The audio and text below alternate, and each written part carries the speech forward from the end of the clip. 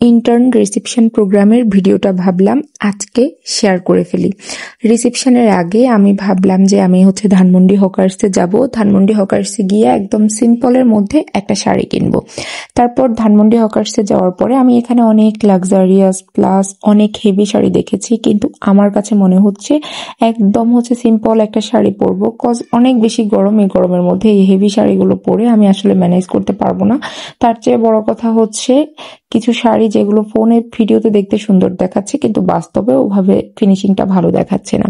যাই হোক, তারপর দেখতে দেখতে অনেক শাড়ি দেখেছি। হুট করে কেন জানি আমার কাছে এই শাড়িটা ভালো লেগে গিয়েছে, বিশেষ করে এর কালারটা কেন জানি আমি নিজেও জানি না। অনেক শাড়ির মধ্যে এটা আমার কাছে ভালো লাগলো।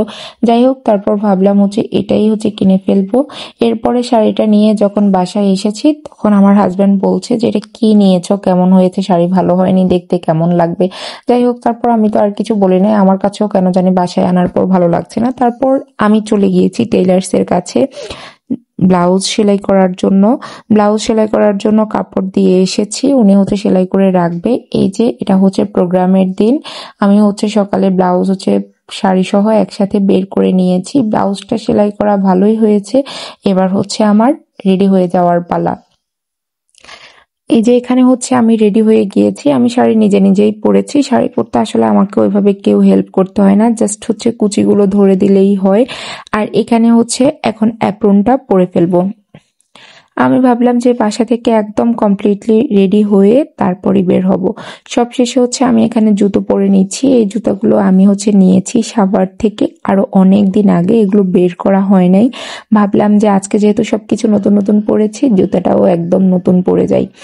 এই জুতাগুলো অনেক বেশি কমফোর্টেবল। আর এখানে আমি জুতা পরার সময় আমার মেয়ে আমাকে হেল্প করছে। যাই হোক, ফাইনালি একদম রেডি হয়ে বের হয়ে গিয়েছি। আমি এখানে মাস্ক পরে নিয়েছি, কারণ এভাবে করে বের হওয়ার সময় আমার কেন জানি অনেক বেশি লজ্জা লাগছে। ফাইনালি আমি কলেজে চলে এসেছি। এই যে রুমে ঢুকতেই এখান দিয়ে বাহিরে একটু ডেকোরেট করে নিয়েছে ওরা। আর আমাদের এই প্রোগ্রামটা আয়োজন করেছে ইনসেপ্টা ফার্মাসিউটিক্যালস। ওরা ওদের কিছু ওষুধের এখানে শো করছে। তারপর ভিতরে এসে দেখি এখানেও কিছু ওদের যে ওষুধগুলো ছিল সেগুলোর জন্য কিছু ব্যানার দিয়েছে ওরা। আর হালকা করে একটুখানি ডেকোরেট করেছে। তারপর আমি আমার ফ্রেন্ডকে বললাম যে আমি একটু দাঁড়াই, হালকা একটু আমাকে ভিডিও করে দে। অলরেডি এই ভিডিওটা আপনারা অনেক আগে দেখেছেন। আমি ভিডিও আপলোড করতে লেট করে ফেলেছি। এটা প্রায় আরো 1 মাস আগের ভিডিও।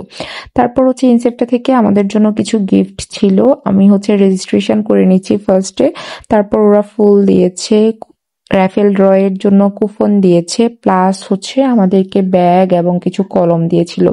তারপর প্রোগ্রাম শুরু হওয়ার প্রায় আগ মুহূর্তে সবাইকে ডাকা যে এখনই প্রোগ্রাম শুরু হবে, এখনই সবাই চলে আসো রুমে।